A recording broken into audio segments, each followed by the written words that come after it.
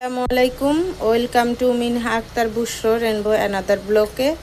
আজকে আমি আপনাদেরকে মুরগির কালিয়া রান্না করে দেখাবো। যাদের অ্যালার্জির সমস্যা আছে, গরুর মাংস খেতে পারেন না, সাধারণত সবাই গরুর মাংসের খাসির মাংসের কালিয়াই করে। আমি আজকে আপনাদেরকে মুরগির মাংসের কালিয়া করে দেখাবো। যাদের হার্টের সমস্যা আছে, যাদের অ্যালার্জি জাতীয় বা মুরগি খেতে পারবেন কিন্তু গরুর গোশত খেতে পারবেন না, কিন্তু কালিয়া খেতে মনে চাইছে, তাদের জন্য। তাহলে চলেন, এখানে আমি নিয়ে নিছি লং, দারচিনি, তেজপাতা, রসুন কুচি, চিনি, এলাচ, কাঁচামরিচ, হলুদ মরিচের গুঁড়া, শুকনা মরিচ নিয়ে নিয়েছি, এখানে জিরা, গরম মশলা, টক দই, পেঁয়াজ কুচি, আর নিয়ে নিয়েছি মুরগি। তো আমি মুরগির কালিয়াটা রান্না করার জন্য মুরগির আগে একটা কালিয়ার মশলা তৈরি করব। মশলাটা তৈরি করতে লাগবে আমার লং, দারচিনি, এলাচ, আর জায়ফল, আর হচ্ছে শুকনো মরিচ, আর হচ্ছে জিরা। এগুলো দিয়ে আমি কালিয়ার মশলাটা বানিয়ে নিব। তাহলে চলেন আগে মশলাটা বানাই। এই যে এখানে আমার কালিয়ার মশলাটা তৈরি করে নিছি, আর এখানে কাঁচামরিচ ব্লেন্ড করে নিছি। কালিয়া রান্না করার জন্য এখন আগে ব্রেস্তাটা করে নিব। আমি চুলায় কড়াই বসাই দিছি ব্রেস্তাটা করার জন্য। এখন তেল দিয়ে দিব।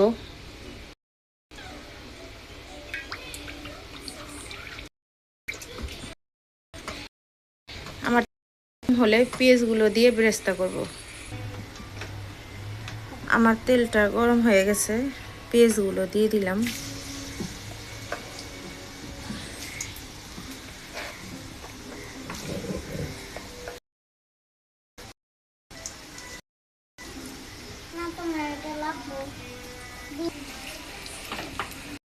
দিব তাড়াতাড়ি করে, যাতে ব্রেস্তাটা হয়, পেঁয়াজের ভিতরে যত পানি আছে সব বের করে দেয়।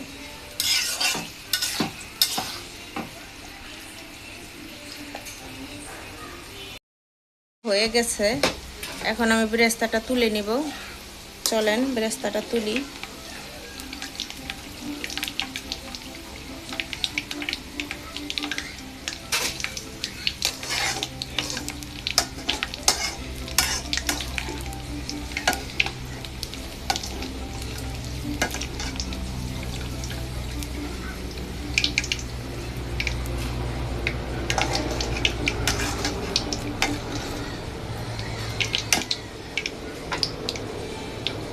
আমি এবার মাংসটা ম্যারিনেট করি। চলেন, আমি এখানে পানি ঝরানো মুরগির মাংস নিয়ে নিছি। আমি মুরগির মাংস পানি ঝরাই নিছি। আদা রসুন একসাথে বেটে নিছিলাম। 3 টেবিল চামচ আদা রসুন বাটা দিলাম। দিয়ে দিলাম কাঁচামরিচ ব্লেন্ড করা।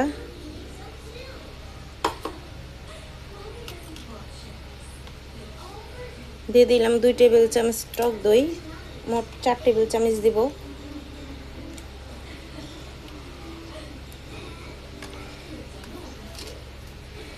দিয়ে দিলাম টমেটো, সামান্য হলুদ মরিচের গুঁড়া,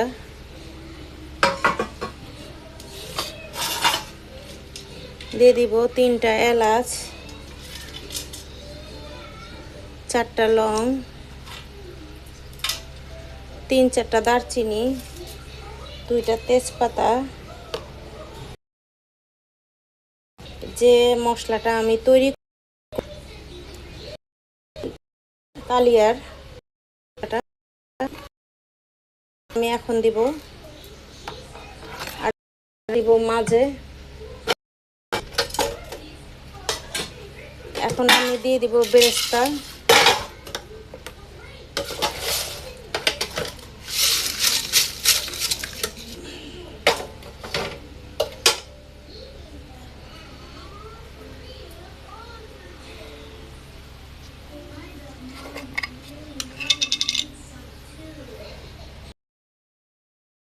গুঁড়া,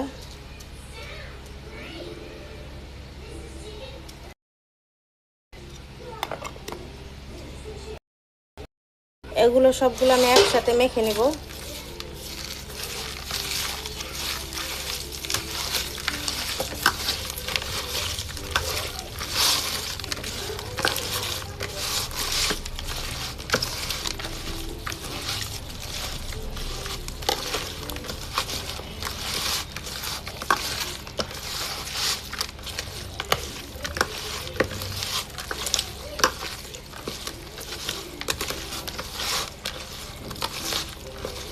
সবগুলো আমি একসাথে মেখে নিয়েছি। চলেন এগুলো রান্না করব।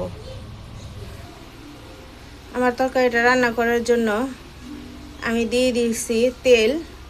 বেরেস্তার তেলই ব্যবহার করব, আর তেল নিব না।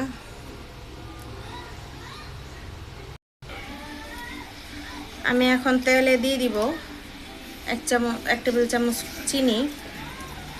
চিনিটাকে ক্রামের মতো করে নিব। আমার চিনিটার ক্রাম করা হয়ে গেছে। এখন আমি মাংসগুলো দিয়ে দিব আস্তে আস্তে।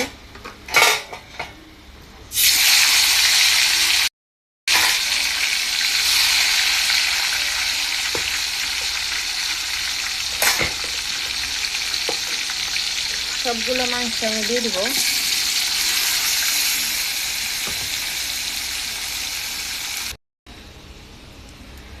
এই যে আমি তেলে মাংসটা দিয়ে দিছি।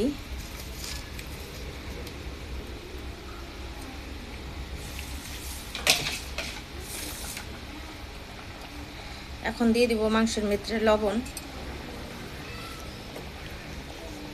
1 চামচ লবণ দিয়ে দিলাম।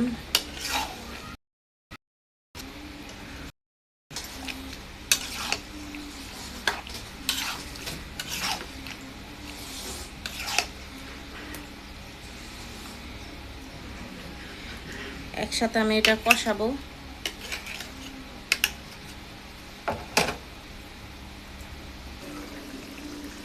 চলেন দেখি ঢাকনাটা উদলা করে আমাদের তরকারিটার কি অবস্থা। মাংসের পানিটা ছেড়ে দিছে। আমরা এই পানিটা শুকাবো। 10 থেকে 15 মিনিট আঁচ দিব। এটা এই পানিটা শুকায়া দেখেন কি সুন্দর কালার হয়েছে। কালারটা কি সুন্দর হয়েছে, দারুণ। খাবারটাও সেরকম। আমি এটা 10 থেকে 15 মিনিট আঁচ দিব। একটু পর পরে নেড়ে দিব। চলেন এখন ঢেকে দিই, আবার পানিটা শুকা। এই যে দেখেন আমাদের কালিয়ার ভুনাটা, এটা আরো ভাজা ভাজা হবে, আরো শুকবে। এখন আমি কালিয়ার বাগারটা দেওয়া লাগবে। আমি আগে বাগারটা দিই, তারপরে ভাজা ভাজা করব। আমি কালিয়াটা বাগার দেওয়ার জন্য এখানে ফ্রাই প্যানে তেল দিয়ে দিচ্ছি। বেরেস্তার তেলই ব্যবহার করছি আমি।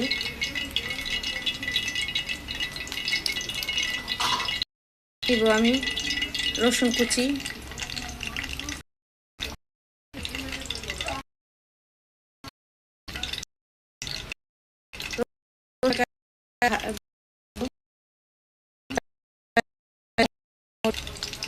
আমি এটা আগে ভাজবো।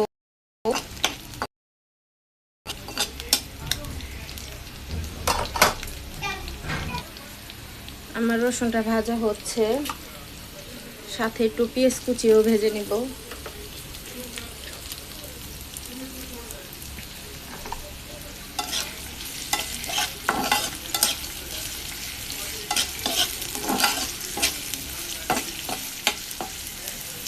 কারণ আমার মাংসে প্রচুর তেল, এর জন্য একটু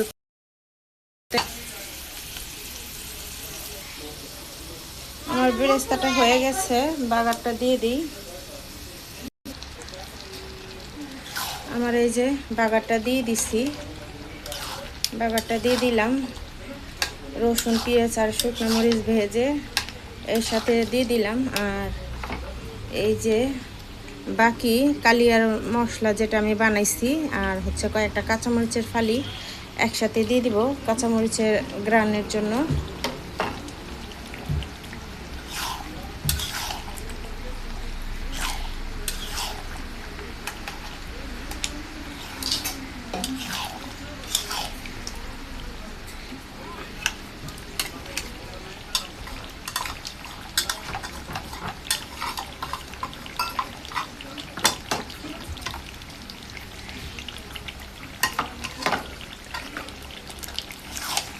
এই যে কি সুন্দর আমার রান্নাটা হচ্ছে, শুকাবো। এটা একটু ভাজা ভাজা হবে কালিয়াটার জন্য।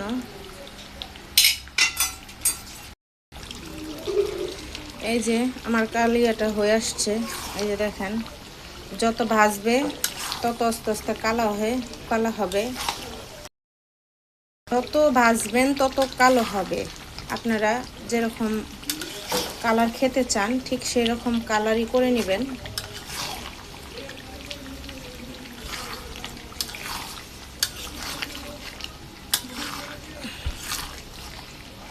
আমি অত কালো করব না, কারণ আমার বাচ্চারা অত কালো পছন্দ করে না। এর জন্য চাইলে আরো ভেজে দেখাবো।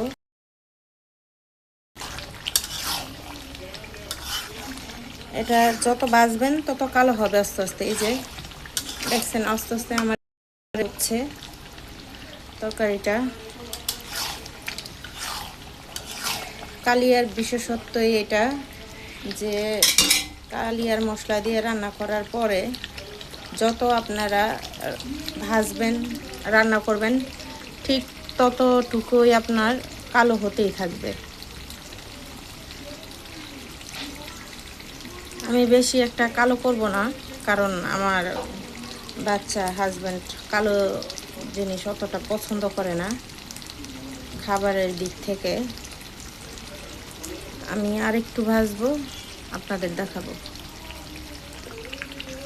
কালিয়াটা বেশি ভাজলে আপনার ঝোলটা শুকায় যাবে। আমি একটু ঝোল রাখবো, কারণ ঝোলটাই পছন্দ করে বেশি আমার বাড়িতে। আমার বাচ্চারা প্রচুর পরিমাণে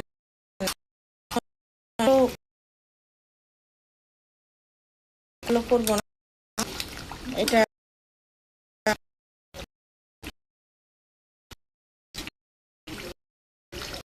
হয়ে গেছে।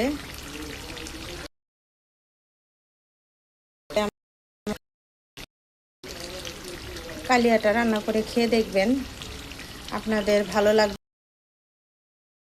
যদি আমাকে জানাবেন। আমার ভিডিওটা ভালো লাগে চ্যানেলটা সাবস্ক্রাইব করবেন, দিবেন। আপনাদের প্রতি আমার ভালোবাসা ও শুভেচ্ছা রইল।